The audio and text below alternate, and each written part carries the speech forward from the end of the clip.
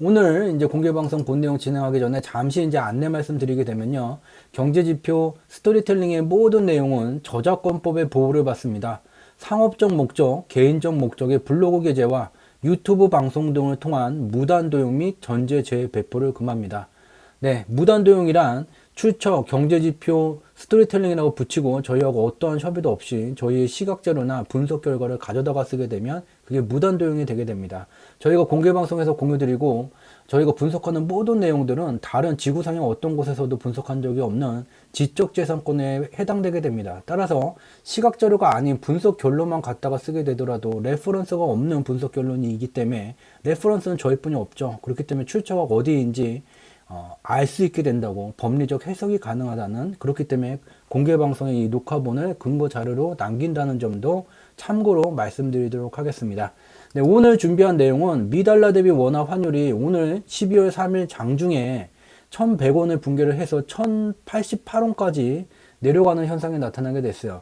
지난 공개방송들을 통해서 대한민국은 해외로부터 원자재 및 원재료를 가져와서 국내에서 가공을 하고 이것을 해외에 되팔므로써 부가가치를 만드는 경제이기 때문에 미달러 대비 원화 환율에 매우 큰 영향을 받게 되고, 미달러 대비 원화 환율이 1100원이 붕괴되게 되면 이와 같은 활동 속에서 대한민국의 부가가치를 만드는 활동 속에서 중소기업들의 수출이 타격이 발생이 시작되고, 1000원이 붕괴되면 대기업들의 수출 활동에 타격이 발생이 된다는 것, 그것이 대한민국 경제와 대한민국 금융시장에 어떠한 영향을 미쳐왔는지를 살펴봤습니다.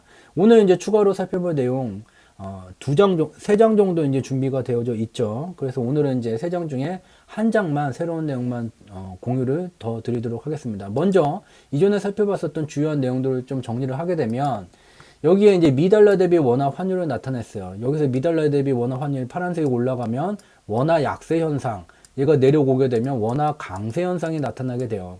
근데 대한민국은 2018년도서부터 지속적으로 2018년도서부터 2020년 7월 19일까지 이와 같이 미달러 대비 원화 환율이 상승하는 원화 가치 상승 현상이 나타나게 됐죠. 그렇지만 정확히 7월 19일 뒤서부터 이와 같이 미달러 대비 원화 환율이 하락하게 되는 원화 가치 강세 현상이 나타나게 됐어요. 7월 19일은 한미 통화 스와프를 맺게 된 시기가 되고 600억 달러 규모로 통화 스와프를 체결을 했고 2021년 3월 말까지 기간을 연장했죠. 통화 스와프란 대한민국이 미 달러가 필요한 경우에 계약을 맺은 금액 속에서 언제든지 미국으로부터 빌려와서 시중에 미 달러를 살포할 수 있는 그런 계약이에요. 7월 19일 이와 같이 한국은행은 미국의 중앙은행인 미 연준과 한미 통화 스와프를 맺자마자 지속적으로 미 달러를 국내에 살포해 왔죠. 근데 중요한 것은 환율이라는 것을 건드리게 되면 어느 정도의 환율을 미 달러를 국내에다가 유입을 시켰을 때 그것이 어떠한 결과를 초래를 할지 예측이 된 상황에서 대규모로 시중에 미 달러를 살포를 해야지 되죠. 그렇지만 지속적으로 살포를 통해서 2018년도서부터 2020년 7월 19일까지 원화 유동성을 줄임에도 불구하고 원화 가치가 이와 같이 약세를 나타나게 되는 원화 가치 상실 현상은 제거를 했지만 반대로 대한민국 수출에 영향을 주게 되는 원화 가치 강세 현상이 나타나고 있는 거예요. 환율을 건들 때는 여러 가지를 시간을 두고 서서히 변화를 줘야지 되는데 너무 단기에 많은 금액들이 미 달러가 국내 유입이 되게 됐죠. 그래서 지금 보게 되면 대한민국의 환율이 미 달러 대비 원화 환율이 오늘 이제 여기는 1098이라고 되어 있는데 장중에 이제 1088원 수준까지 내려가게 됐죠. 이와 같이 대한민국은 해외로부터 원자재, 원재료를 들여와서 국내에서 가공을 하고 이를 해외에 되팔므로써 부가가치를 만드는 경제예요. 근데 이와 같이 해외로 대파는 과정 속에서 부가가치를 만들기 때문에 환율의 영향을 되게 크게 받게 돼요. 그래서 현재와 같은 환율이 2019년 기간에도 나타나게 됐고 2019년 기간에 대한민국의 경제 성장률은 2.0%였어요. 그리고 2018년은 2.7%, 2017년은 3.2%예요. 2017년 05월서부터 새로운 대한민국의 정책이 시작되게 됐고 새로운 대한민국의 정책은 정책의 성과는 빠르면 6개월, 보통 1년 뒤부터 새로운 정책의 성과가 나타나게 되고 기간이 누적될수록 새로운 정책의 성과가 더 강력히 나타나게 되는데 새로운 대한민국의 정책이 만든 대한민국의 경제 성장률은 상승의 방향이 아니라는 것을 눈으로 직접 확인해 볼 수 있죠. 그리고 더욱 심각한 것은 2019년이 2017년 5월서부터 시작된 대한민국의 새로운 정책이 받은 성적표 중에 최악의 성적표가 2019년이었고 2019년 속에서도 최악의 성적표가 2019년 1분기였어요. 그 1분기 때 최고의 원화 강세 현상의 환율보다도 더 지금 내려가 있는 상태죠. 그렇기 때문에 대한민국의 현재 미달러 대비 원화 환율 조건은 대한민국 경제에 어떤 영향을 미칠 것이라는 것도 어렵지 않게 눈으로 확인해 볼 수 있죠. 근데 여기서 궁금한 점이 생겨야지 되죠. 2018년은 이와 같이 현재보다도 미달러 대비 원화 환율이 더 강세를 나타내는 기간이었는데 어떻게 경제 성장률이 2019년보다 더 좋았어? 여기에 이제 궁금한 점이 생기셔야지 돼요. 이도 지난 공개 방송을 살펴본 바 있죠. 여기에 통화 유통 속도를 주목해 볼 필요가 있어요. 통화 유통 속도라는 것은 자동차의 엔진 회전수와 같아요. 엔진 회전수가 빨라지면 빨라질수록 자동차가 원활히 이제 운행을 진행할 수가 있고, 이와 똑같이 통화 유통 속도라는 게 대한민국이라는 경제 바스켓 속에서 일정 수준, 임계 수준을 넘어서게 되면 대한민국 경제가 쉽게 활성화될 수 있는 조건이 갖춰지게 돼요. 지난 이제 수많은 공개 방송들에서 2019년 기간 공유를 드려왔다시피 저희가 경제지표의 원인과 결과 분석을 통해서 대한민국의 통화 유통 속도 임계 수준을 찾아냈죠. 그게 바로 이제 0.72에서 0.73 정도가 되게 돼요. 무슨 말이냐면 대한민국은 통화 유통 속도가 이 정도를 유지를 했을 때 단기간에 원화 유동성을 늘리게 되면 주요한 경제지표 실적 개선세가 빠르게 나타나게 된다. 달리 말하면 통화 유통 속도가 이를 하회하게 되면 원화 유동성 공급을 일정 기간 지속해서 늘려주게 되더라도 주요한 경제지표 실적 개선세가 잘 나타나지 않게 된다. 그 통화 유통 속도 임계 수준이 0.72에서 0.73, 2017년 뒤로 끝났어요. 근데 2018년에는 현재보다도 미달러 대비 원화 가치 강세 현상이 더 강했는데 어떻게 경제 성장률이 더 좋아지게 됐습니까? 대한민국의 대한민국의 통화 유통 속도가 2018년에는 0.71, 현재는 0.64까지 내려와 있죠. 달리 표현하면 자동차로 이제 예를 들어서 설명을 드리면 2017년이 넘으면서부터 2018년도서부터 브레이크를 밟은 거예요. 자동차가 달리다가 브레이크를 밟자마자 속도를 확인하게 되면 브레이크를 밟기 전과 거의 변화가 없죠. 자동차가 브레이크를 밟은 2018년에도 자동차는 잘 나가요. 그렇지만 브레이크를 밟은 기간이 누적되면 누적될수록 브레이킹이 걸리게 되면서 속도가 급속도로 저하되게 되죠. 즉 2018년도는 현재보다 원화 가치 강세 현상이 더 강했지만 자동차의 속도가 일정 수준을 대한민국 경제가 활성화될 수 있는 수준을 시킬 수 있는 수준이었다. 그렇지만 현재는 2018년에는 통화 유통 속도가 0.71, 현재는 0.64까지 떨어져 있는 상태다. 거기다가 원화 가치 강세 현상이 진행되게 되면서 대한민국의 부가가치를 만드는 주체인 대기업과 중소기업의 수출에 영향을 미치는 수준까지 와 있다. 그렇다면 어렵지 않게 대한민국이라는 자동차가 주행을 원활히 할 수 있을지 없을지 어렵지 않게 알 수 있게 돼요. 인지를 넘어서 바로 즉각적으로 알 수 있게 돼요. 그리고 이와 같이 미달러 대비 원화 환율이 강세를 나타냈던 기간에는 이와 같이 빨간색 선으로 나타낸 미달러 대비 원화 환율이 강세를 나타냈던 기간이 1,000원에서 1,100원까지 내려가게 되면 대한민국 외환 당국이 개입을 하게 돼요. 그래서 그 뒤부터는 이와 같이 미달러 대비 원화 환율을 다시 약세 현상을 만드는 조건을 만들게는 되지만 이와 같이 대한민국의 수출에 영향을 미치게 되는 1,100원에서 1,000원이 깨지게 되면 그 뒤에 미달러 대비 원화 환율을 상승을 시킨다고 해도 이에 누적된 결과가 대한민국 경제 성장률에 영향을 미치게 되면서 전년 동분기 대비 대한민국 경제 성장률이 침체를 나타내는 현상이 진행되어져 왔다는 걸 눈으로 직접 확인해 볼 수가 있죠. 현재 대한민국의 수출이 전년 동기 대비 좋아졌다. 2019년 대비를 말하면 2019년은 새로운 정책이 만든 최악의 실적이었어요. 최악의 실적 대비 좋아져야 되겠죠. 왜냐하면 글로벌 유동성이 2019년보다 지금 더 격하게 증가되고 있기 때문이죠. 대한민국의 원화 통화 정책 때문에가 아닌 글로벌 유동성에 따른 미달러 대비 원화 환율을 안정적으로 유지하기 위해서 어쩔 수 없이 원화 유동성을 2019년보다 늘려야 되는 조건에 와 있으니 최악의 성적표를 기록했었던 2019년보단 당연히 좋아지는 거지. 대한민국 경제가 약진한다거나 더 좋아진다는 그 의미를 갖지는 않아요. 최악의 실적보다 좋아졌다는 단순한 그런 의미만 갖게 됩니다. 여기서 알 수 있는 것은 원화 환율, 미달러 대비 원화 환율이 다시 대한민국의 수출에 영향을 미치게 되는 1,000원에서 1,100원까지 내려와 있다. 그러면 이후에 대한민국의 경제 전 분기 대비 이 파란색 선이 밑으로 향할지 위로 향할지 어렵지 않게 알 수 있게 돼요. 인지를 넘어서 알 수 있게 돼요. 그러면 대한민국의 경제 성장률이 여기 파란 선으로 나타내는 대한민국 경제 성장률이 안 좋아졌던 시절 대한민국의 정책이 설정한 대한민국의 경제의 방향성이 이와 같이 하락하는 시절에 대한민국의 경제의 방향성을 수렴하게 되는 대한민국 금융시장 코스피 어떻게 됐는가 눈으로 직접 확인할 수가 있죠.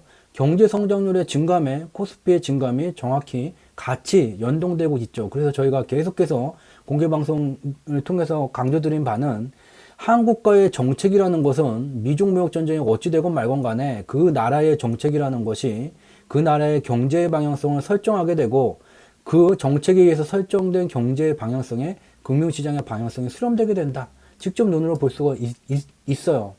그럼 또 하나의 질문이 생겨야 돼요. 그러면 주식시장이라는 것은 반드시 경제의 방향성에 수렴하는 것도 있지만 변동성이라는 게 존재하지 않습니까? 그래서 경제가 나빠지더라도 금융시장은 코스피는 상승할 수 있는 것 아니겠습니까? 그런 현상을 확인할 수 있죠.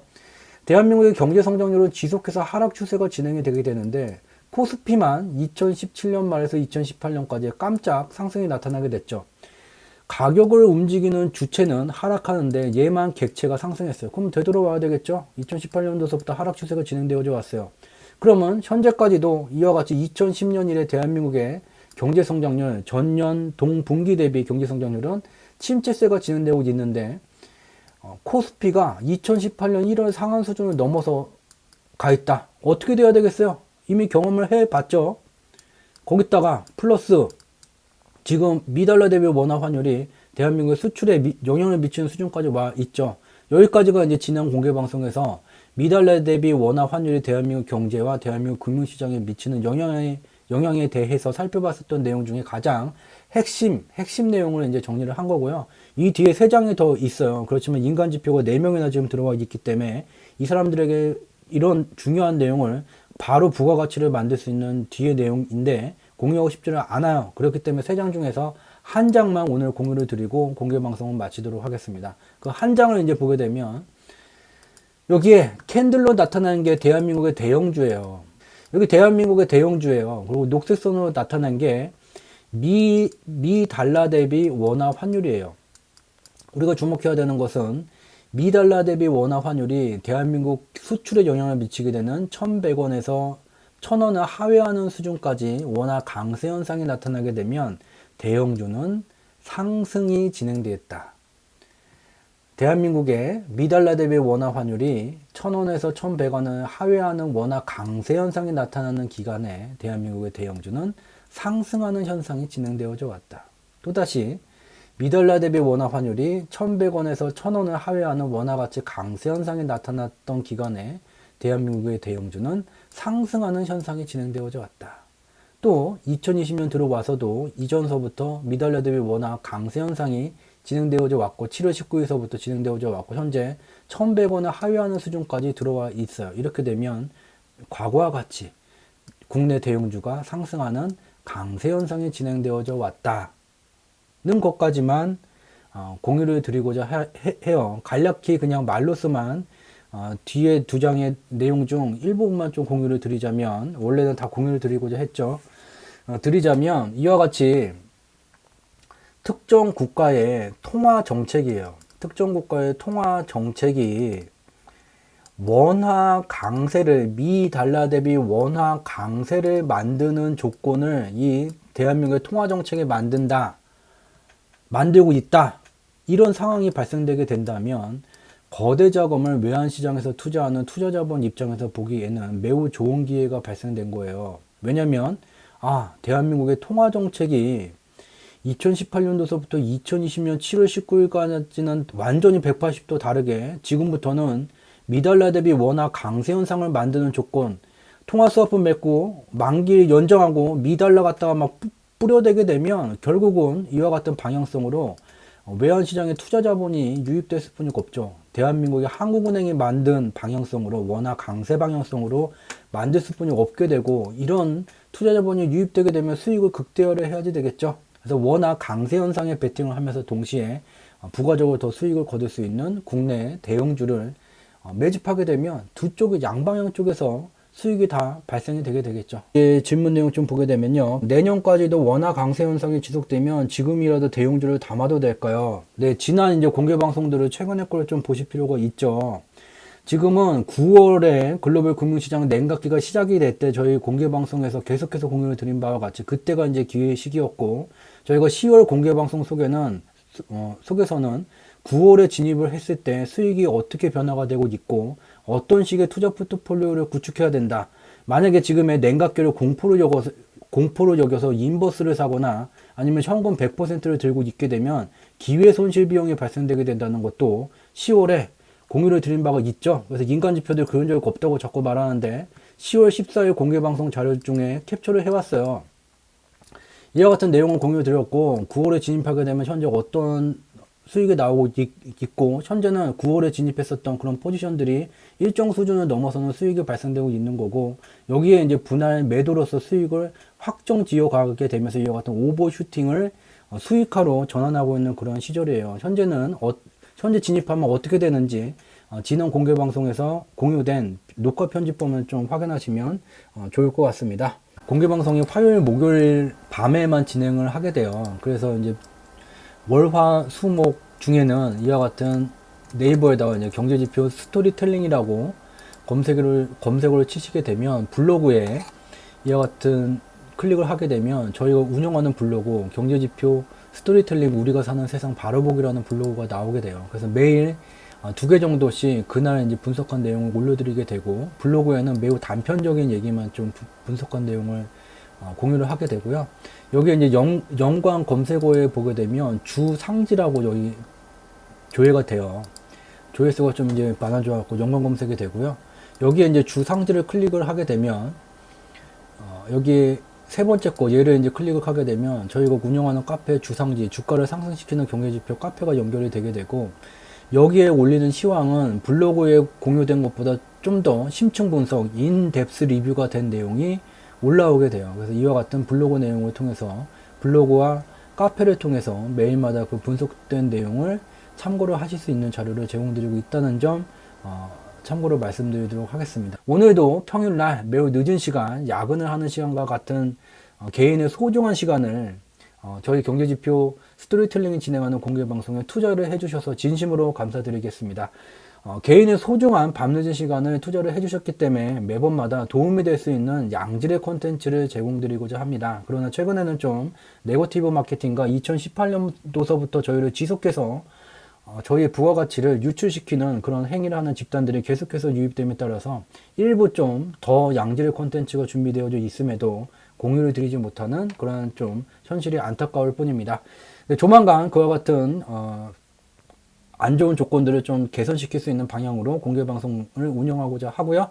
오늘 늦은 시간까지 함께 참여해 주셔서 진심으로 감사드리도록 하겠습니다. 저는 다음 주 화요일 밤 10시에 더욱더 양질의 콘텐츠를 갖고 찾아뵙도록 하겠습니다. 오늘 진행한 내용은 짧았지만 이 한 장에 분석된 내용을 만들기 위해서 여러 원인과 결과 분석을 진행하게 됐고, 그것을 함축적으로 여기에 담아오게 됐고, 이것만으로도 큰 부가가치를 만들 수 있다는 점 참고로 말씀드리도록 하겠습니다. 오늘 방송은 여기서 마치도록 하겠습니다. 늦은 시간까지 함께 참여해 주셔서 진심으로 감사드리도록 하겠습니다. 고맙습니다.